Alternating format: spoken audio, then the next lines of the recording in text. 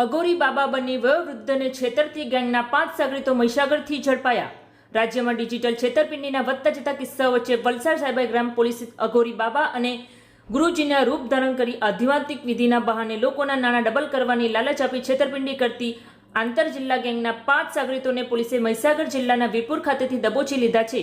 વલસાડના 76 વર્ષીય senior citizen સાથે આ ટોળકીએ અઘોરી બાબા બનીને સંપર્ક કર્યો હતો। ઠગબાજોએ માતાજીની કૃપા થશે અને તમારા રોકાયેલા નાણાં ડબલ થઈ જશે એવી માયાજાળ રચી વૃદ્ધને વિશ્વાસમાં લઈ કુલ્લે ₹19,60,500 પડાવી લીધા હતા।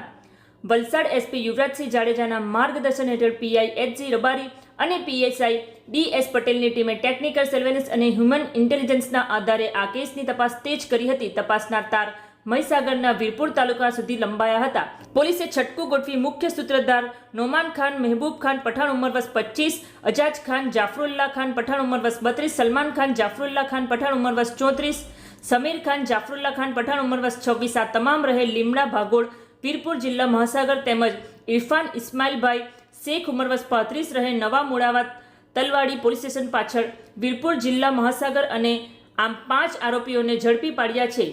તેમની પાસેથી ગુનામાં વપરાયેલા 5 મોબાઈલ ફોન પણ જપ્ત કરવામાં આવ્યા છે। જ્યારે આ ગેંગ અન્ય કેટલા લોકોને શિકાર બનાવ્યા છે તેની તપાસ હાથ ધરી છે।